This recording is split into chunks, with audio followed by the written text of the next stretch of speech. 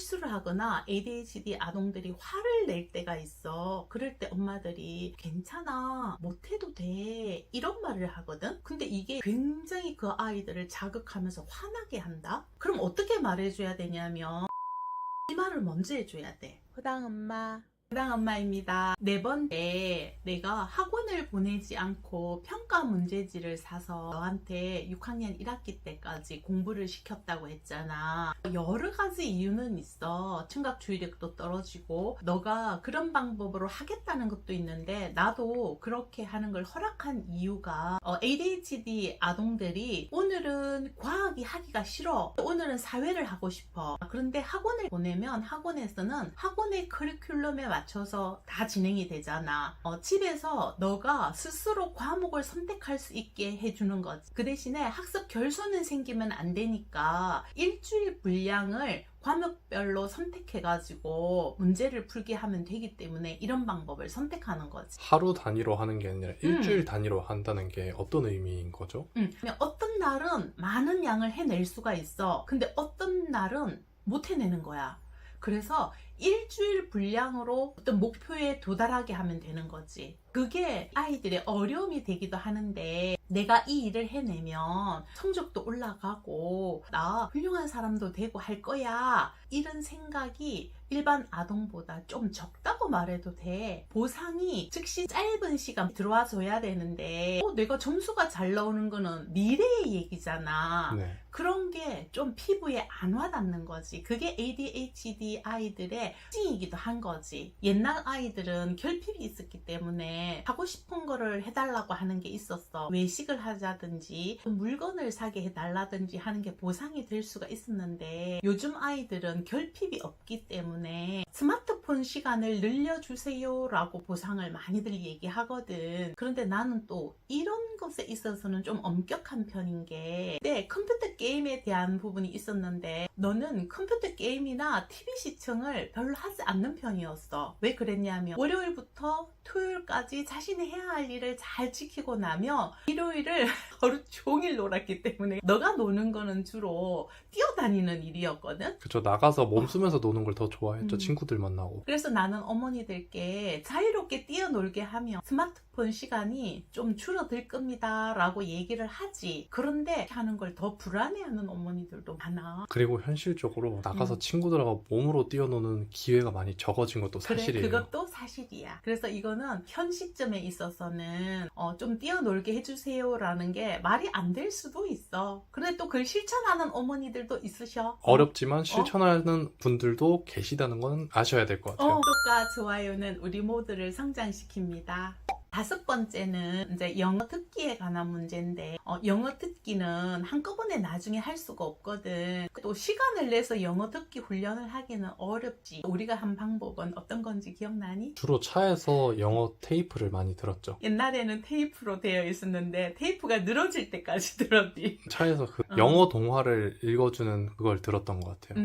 그거 혹시나 제목도 기억나니? 레인보우 피쉬, 맞아. 무지개 물고기, 무지개 맞아. 색깔의 물고기. 맞아. 하도 많이 들어가지고 이렇게 반복적으로 듣게 하는 게 외우라고 하는 뜻도 있었거든. 그래서 영어 듣기는 짜투리 시간을 이용하는 것도 괜찮다라고 이야기를 하는 거지. 한국말을 특별히 시간 내서 공부하지 않듯이 일상에 노출해주는 게 중요한 것 같아요. 근데 또 실천하기가 쉽지가 않지. 6번째, 자급 기억과 주의력 향상 훈련을 하면 좋다라고 이야기하는데, 이거는 16회차에 잘 나와 있으니까 그 방법대로 하고, 추가적으로 얘기해 주는 거는 시각 주의력을 높이는 거는 벽에다가 우리나라 지도를 붙여놓고 내가 너에게 5초의 시간을 주면서 어떤 지역을 찾아라 이렇게도 하고, 너가 나에게 5초의 시간을 주면서 어떤 지역을 찾아라 이렇게도 하는데, 이게 단순하게 시각 주의력만 높이는 게 아니라 교과 과정에 보면 지리에 대해서 배우죠. 그렇지. 그래서 그런 것을 미리 해주는 것도 되고, 지구본이나 세계 지도를 놓고 나라를 찾거나 도시를 찾는 거지. 예를 들어서 아메리카 대륙 안에서 작고 찾고 아시아 대륙 안에서 찾기 이렇게 하는 게 나중에 중고등학교 때가 되면 세계적인 역사나 세계적인 지리에 관해서 배우거든. 그걸 주의력 향상 훈련과 함께 미리 공부해 두는 것도 되기 때문에 그런 방법들을 했던 거지. 7번째, 나는 보드게임을 꽤나 이용하는 편이거든. 예를 들어서 젠가 같은 보드게임은 후근육 발달에도 도움이 되고 충동성을 조절하는 데 도움이 많이 돼. 그치, 그게 나무 막대를 조심조심 빼야 되니까 그렇지. 왁 이렇게 하지 어. 않도록 조심해서 충동성도 억제하고 소근육도 발달되겠네요. 그리고 우리가 특히나 많이 한 게 셋이라는 거였어. 네. 셋은 논리지능을 높이는 것도 되고 시각주의력을 높이는 것도 되고 이것도 또 충동성을 억제하는 것도 돼. 시각주의력이 떨어지면 대충 보고는 손이 얼른 나간단 말이야. 그러면 안 되거든. 할리갈리라 하는 보드게임이 있거든. 이것도 시각주의력도 높이고 충동성을 억제시키는 게 되기 때문에 좋아. 다빈치 코드는 논리지능을 높이고 자급기억을 높이는 게 되기 때문에 이런 보드게임을 이용해서 가족들 간의 관계도 좋게 하고 우리가 그전에 촬영한 영상처럼 만원의 행복도 되고 또 학습에 도움이 많이 된다는 거지. 그리고 ADHD 아이들의 충동성이나 주의력 향상에 굉장히 도움이 많이 되는 거지. 그리고 이게 암기력에도 도움이 되는 게 상대방이 어떤 숫자를 외쳤는지를 내가 기억해서 그걸로 역으로 추리할 수도 있거든요. 그래서 추리력과 암기력을 같이 높일 수 있는 것 같아요. 그래서 나는 보드게임을 중간중간에 많이 활용하는 편이거든. 8번째, 공부 정서에 대해서 좀 이야기를 할까 하는데 이 공부 정서를 높여야지 공부를 잘할 수 있다라는 영상은 언급한 적은 있는데 이것에 관해서는 이 이후로 자세하게 한 편으로 찍을 건데 공부 정서가 좋게 하는 심리적인 부분을 도와줘야 된다라는 게 있어. 실수를 하거나 ADHD 아동들이 화를 낼 때가 있어. 그럴 때 엄마들이 괜찮아, 못해도 돼 이런 말을 하거든. 근데 이게 굉장히 그 아이들을 자극하면서 화나게 한다. 아, 못해도 괜찮아 라는 말이 오히려 자극하는 말이 될 수 있어요? 이게 조금 다르게 들리는 거지. 너는 못하는 사람이 될 거야 처럼 들리기도 하는 거지. 그리고 다른 사람한테는 잘할 수 있고 잘해야 된다라고 하는데 나는 왜 못해도 된다 하지? 이럴 수도 그렇지. 있고요. 그렇게 들릴 수도 있는 거지. 그런데 음. 이게 아들들이 더 심하게 반응하거든. 그럴 수 있겠다. 어머니들이 그렇게 말씀하시는 거는 너 존재가 나한테는 귀한 사람이야 라고 말을 했지만 아이들 귀에는 나는 훌륭한 사람이 안 되어도 된단 말인가 아니면 나는 훌륭한 사람이 안 될 거야 라고 들릴 수도 있는 거야. 기대가 없다 이렇게 표현할 수 그렇게 있겠네요. 들릴 수도 있어. 그럼 어떻게 말해줘야 되냐면 어떤 게임에서 지거나 그랬을 때 막 흥분했을 때 아이한테 진정을 시키는 말이 따로 있어. 그러면 이럴 때 어떻게 말해주면 좋을까요? 5초간 생각해 보시고 나는 이렇게 생각했었다 라고 댓글에 남겨주세요. 그럼 우리 같이 공유하고 서로 배워갈 수 있을 것 같습니다. 그게 정답이든 아니든 상관없습니다. 그래서 어떻게 말을 해줘야 되죠? 너가 잘하고 싶었구나, 이기고 싶었구나 이 말을 먼저 해줘야 돼. 어떻게 하면 이길 수가 있겠니? 라고 물어주셔야 돼. 이게 바로 자존감을 높이면서 자기주도 학습의 기초가 되는 거야. 여기서 만약에 이거 이렇게 해보면 더 좋지 않을까? 이렇게 순수를 두거나 조언을 하면요? 그건 나중에 해야 돼. 우선 아이한테 물으면 처음에는 화를 내느라고 말을 못해. 그냥 막 화나, 모르겠어 하면서 화를 내. 상당히 많은 아이들이. 네. 그런데 이걸 여러 번 경험을 하게 되면 아이가 열심히 연습할래 라고 자기가 방법을 찾아내지. 그러면 어머니께서 또 뭐라고 말해주시면 좋으냐면 너는 그렇게 생각했구나. 그 방법도 좋겠다. 또 다른 방법은 없겠니? 라고 해서 여러 가지 방법을 생각해내게 하는 게 바로 자기주도 학습의 기초이기도 하는 거지.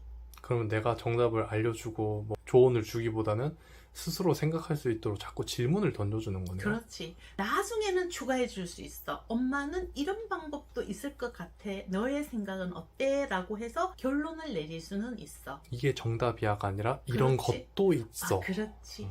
이게 뭐냐면 이 이후에 찍을 공부 정서에 관한 부분에 나올 건데 칭찬을 많이 해주세요 라고 했더니 칭찬하는 방법에 대해서 잘 모르겠다라고 말씀들을 하셔서 다음 21회차 영상에 한번 시연을 해볼까 해. 자기주도 학습을 가르칠 건데 이건 영상 길이가 길어서 한 편으로 따로 찍을 거야. 이거는 20회차 영상에 올릴까 해. 10번째 Think Aloud 이론을 이용해서 어머니들께서 집에서 하실 수 있는 거를 내가 만든 건데 우리 같이 한번 해보자. 네. 학교 종이 노래를 부르며 자음, 이응이 들어가거나 아 모음이 들어갈 때마다 박수를 치는 거지. 준비됐니?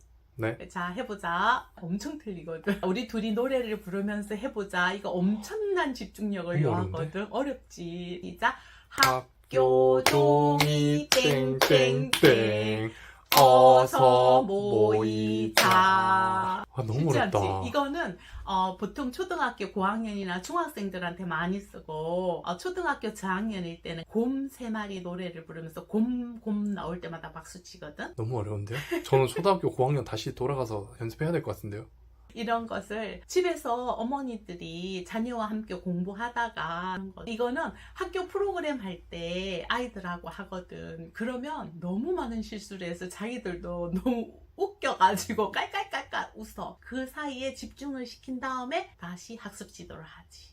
이게 약간 집중을 못할 때 리프레시하는 효과도 있고 그렇지. 즐겁고 웃고 하니까 또 재밌게 할 수 있는 프로그램이 되겠네요. 아이들하고 학교에서 하는 프로그램이 여러 가지가 있는데 중간중간에 이런 것들을 곁들여서 하면 아이들이 그래도 꽤나 잘 따라오지. 개인적으로 상담을 할 때도 이런 걸 하면 아이들이 집중을 잘 하지. 우리가 학습을 꼭 뭔가 적고 외우고 이렇게만 안 해도 되는 거야. 게임을 통해서도 얼마든지 도와주는 방법들이 있지. 꼭 공부를 그렇게 책으로만 하지 않고 게임처럼 즐겁게 할 수 있다는 게 의미 있는 말인 것 같아요. 우리 어머니들이 이렇게 생각하면 좋겠어. 나는 에디슨을 낳지는 않았어. 그렇지만 에디슨과 비슷한 아이는 낳았잖아. 나는 에디슨의 어머니는 아니야. 그런데 에디슨의 어머니를 흉내낼 수 있는 거야. 에디슨이 행복했는지 안 했는지는 말이 없어. 굉장히 위대한 업적을 남긴 사람이긴 해. 우리는 에디슨처럼 위대한 업적을 낳은 자녀로 키울 수는 없지만 행복한 자녀로 키울 수는 있는 엄마들이라는 걸 믿어야 된다고 생각해. 내가 너를 에디슨 닮은 애는 낳았지 않니? 그럼 이 영상을 에디슨은 아니고 어디슨이 될 어머니에게 바칩니다. 이렇게 하면 그렇게 되겠네요. 말해도 되겠죠. 어디슨